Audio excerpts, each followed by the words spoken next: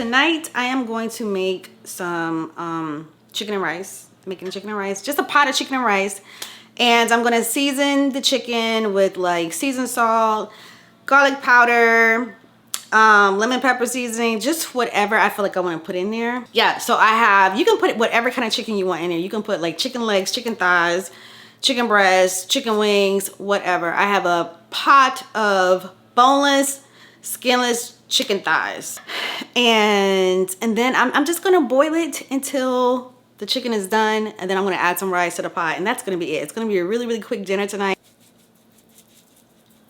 I don't need a lot of lemon pepper seasoning, just some, and some garlic powder. Probably will put some paprika in here. A little bit of paprika. And is there anything else I want to put in here? While I'm thinking about it, I'll put some Old Bay seasoning in here, just a little bit.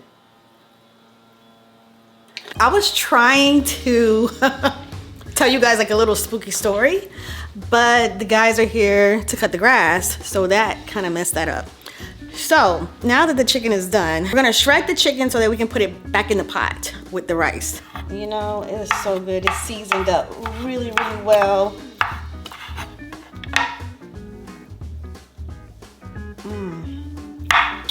It's so good. I'm gonna put like another 4 cups in there to bring it up to 12 cups of water or broth. And then I'm gonna put like 6 cups of rice in there.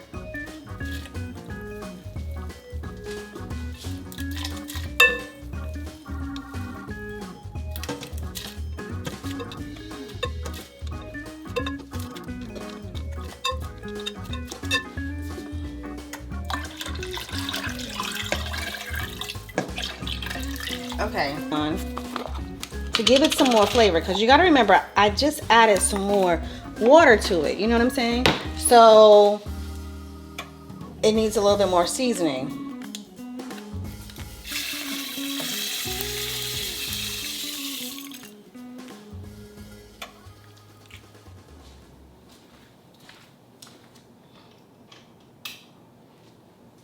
So the rain has started and dinner is cooking. I figured it would be a good time for a story. I actually had a story for you guys, right? And it's edited, it was ready to go and everything like that, and I decided to wait. I cannot tell that story. Those are prison stories that I can't talk about just yet. When the time is right, when I retire, which hopefully will be soon, I will share those stories with you guys, okay? How do I start this story? You guys always tell me that I'm a good storyteller, and yet here I am. Don't know where to begin. I have 2 stories that I want to share with you guys tonight. Possibly 3, depends on how I feel. The first story is a story of when we first got married. I think we had been married for about 6 months. During that time, you know, it's a very delicate time. The first year of marriage, we had our ups and downs, and we were going through a rough spot during this time. I was in Germany and he was not in Germany yet. We were both in the military, and I had went overseas first, and he later came down on orders to join me. The year was 1998, something like around that time. At the time, my oldest child was like 6 months, and I had no TV. I was on the top floor of an apartment complex. I had no TV because this was temporary housing, so I had no TV. I did not have a phone. I had nothing except for a Bible and some temporary dishes, a few blankets, and that was pretty much it. I had no other books. The only book that I had was a Bible. And at the time, like I told you, me and Hubs, we were going through a really, really hard time in our marriage. At that time, I did not know if we were going to stay married. It was really that bad. I started reading the Bible every single day. Every time I had free time, I would grab the Bible and I would read it. And I was just reading different things. Nothing that was really pertaining to what we were going through. That the Bible was my entertainment. It was all I had to read. So I was constantly reading the Bible. What happened next freaked me out. I want to drive home the importance of how much I was reading this Bible.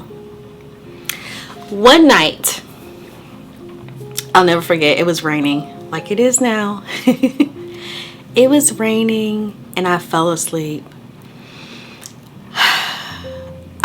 And this is the reason why I don't sleep without any covers over my head. I have to sleep with covers over my head in order for me to fall asleep, because I am terrified to sleep without something over my face. There I am sleeping, right?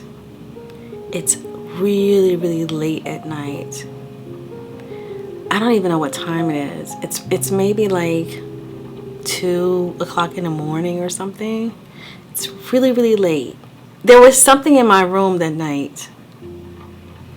It was sitting on the side of my bed. Okay? It was sitting in a chair. When it sat down, its knees came over its head. It was tall. And its voice was very deep. It wanted me to give it my husband's soul.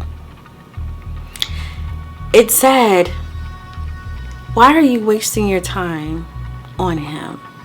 You should just give him to me. You know he's just going to disappoint you in the future anyways. You and your kid can go on about your lives, start anew, and never have to worry about him again. Just say the word and just give me his soul." And I was talking in tongue is what made this so crazy. I remember it just like it was yesterday, and I remember when I was waking up, I was still talking in tongue. And I said, no, I love my husband. He deserves to have his family. My kid deserves to have his father. I am not going to do that. And it said, very well, you'll be disappointed. You'll see. And that was the end of that. And then like I sat up and I was scared. I was scared, very, very scared. You know, I didn't tell my husband about that until like later on, until like many years later, because I didn't know if he was gonna. I don't know how you tell people that. That was really odd. Like, what do you describe it as a dream? Like it wasn't a dream. Like I was asleep and then I was talking in my sleep and I woke all the way up, but somebody was there in the room. And I know somebody was there because I could feel it. I could feel it. That was our first year of marriage. Here we are. And we are on year, 28? We've been doing well. But that was something. It's kind of crazy because at that time, like, we were stationed in Würzburg and we were living in Kitzingen. And I think that's where Dracula's tomb is at. That's like where he's supposed to be buried and all that kind of stuff. Thinking back at it now, I'm like, why didn't I go visit that tomb? Like, I would have loved to have seen it. You know what I'm saying? Like, Hubs went and he saw it, but I didn't. At the time, I wasn't into all the stuff that I'm into now, you know. But yeah, that was there. There was another time.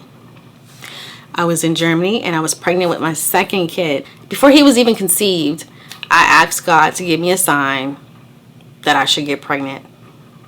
I had this dream that I was walking in this desert and there was a tent And inside this tent, there was Jesus. And he gave me his blessing. And after that, I was like, yeah, I'm ready to get pregnant. You know what I'm saying? Like, I was really, really ready. So, fast forward, and I am about 6 months pregnant with my son, with my second kid. And I am on the Autobahn. I don't know if you've ever been on the Autobahn, but on the Autobahn, people go so fast.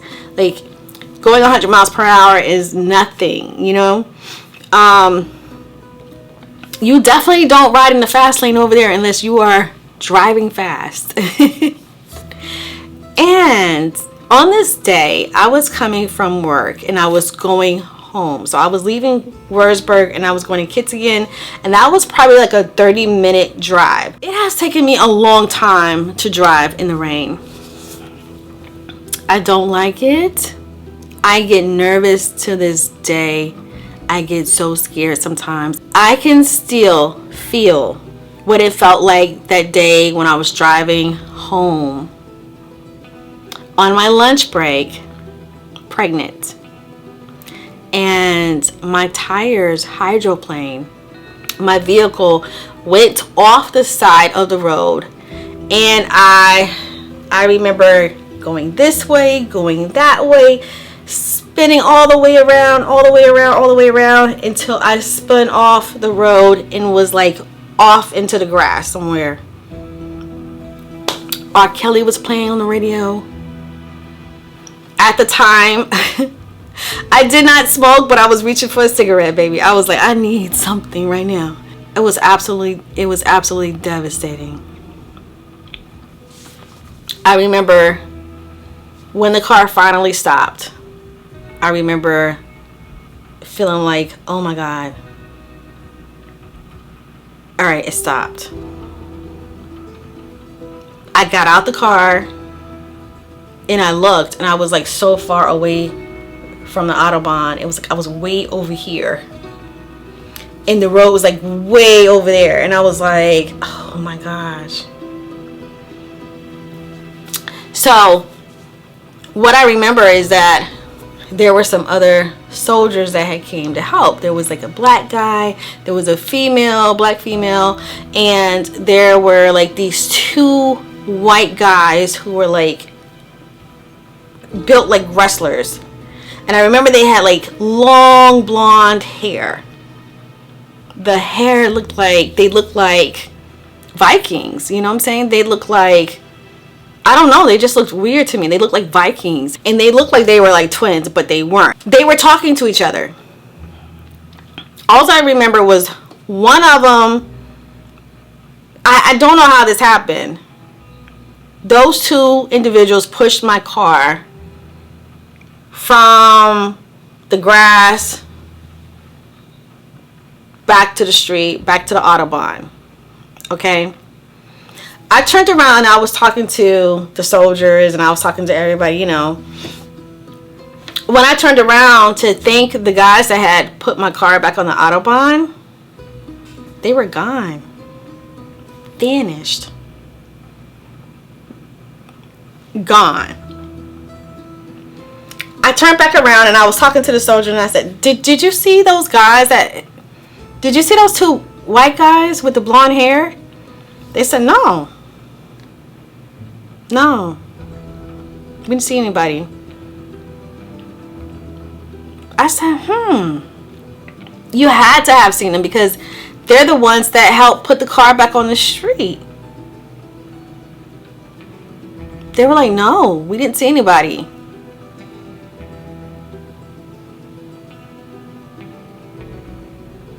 I swear to you, I promise you, they were there. I know they were there because they were the ones that pushed the car up. They pushed the car up back on the road. They did. And I'm just wondering, like, what really happened? I don't know. I don't know. That was weird.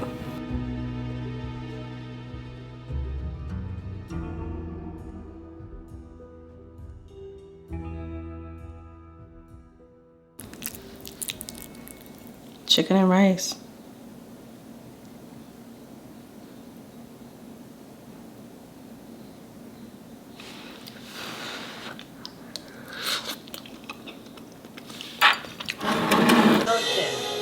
Now reporting David Muir.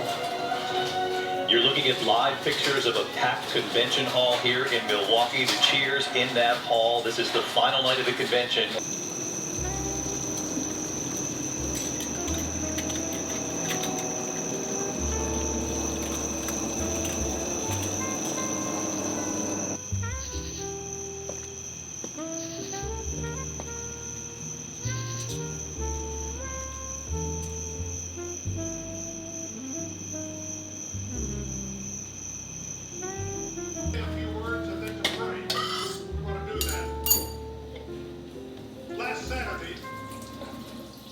Pennsylvania, President Trump had a near-death experience.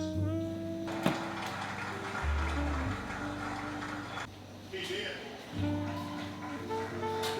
In 2019, I was with him at the United Nations when the first president of history of this country stood there to advocate for religious liberty worldwide.